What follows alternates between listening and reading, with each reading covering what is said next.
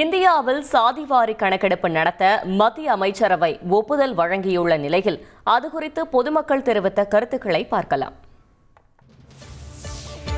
ஜாதிவாரி கணக்கெடுப்பு என்ன லாபம் இருக்குது, எந்த சமுதாயத்துக்கு லாபம் இருக்குதுன்னு எனக்கு ஒன்றும் புரியல.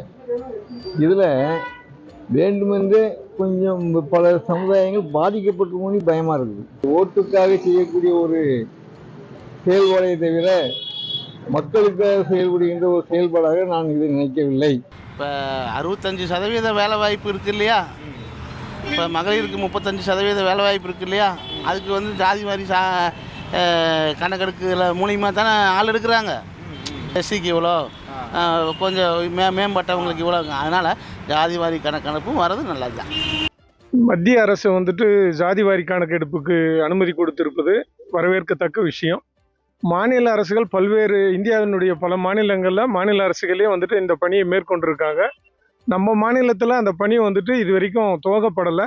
ஜாதி வாரியாக மக்களை அவங்களுடைய இடஒதுக்கீடுகள்லாம் பிரித்து கொடுக்கறதுக்கு இந்த ஜாதிவாரி கணக்கெடுப்பு ரொம்ப சிறப்பானதாக அமையும் என்று நான் கருதுகிறேன். ஜாதிவாரி கணக்கெடுப்பு நடத்துறது வரவேற்கத்தக்கதா எப்படி? இல்லை, மேபி அது ஒரு கரெக்டான விஷயம்தான் எனக்கு தோணுது. ஸோ அது தெரிகிறங்காட்டி அது ஒன்றும் ப்ராப்ளம் இல்லைங்க. அதை வச்சு இடஒதுக்கீடு எல்லாமே கொடுத்துட்ருக்குறாங்க. ஸோ அதனால் அது கணக்கெடுப்பு நடத்துறது ஒன்றும் ப்ராப்ளம் இல்லைன்னு எனக்கு. இந்த மாதிரி ஜாதிவாரி கணக்கெடுப்பு எடுக்கிறதுனால இடஒதுக்கீட்டுக்கு வசதியாக இருக்கும். அந்தந்த இனத்துக்கு நல்லது நடக்கும்.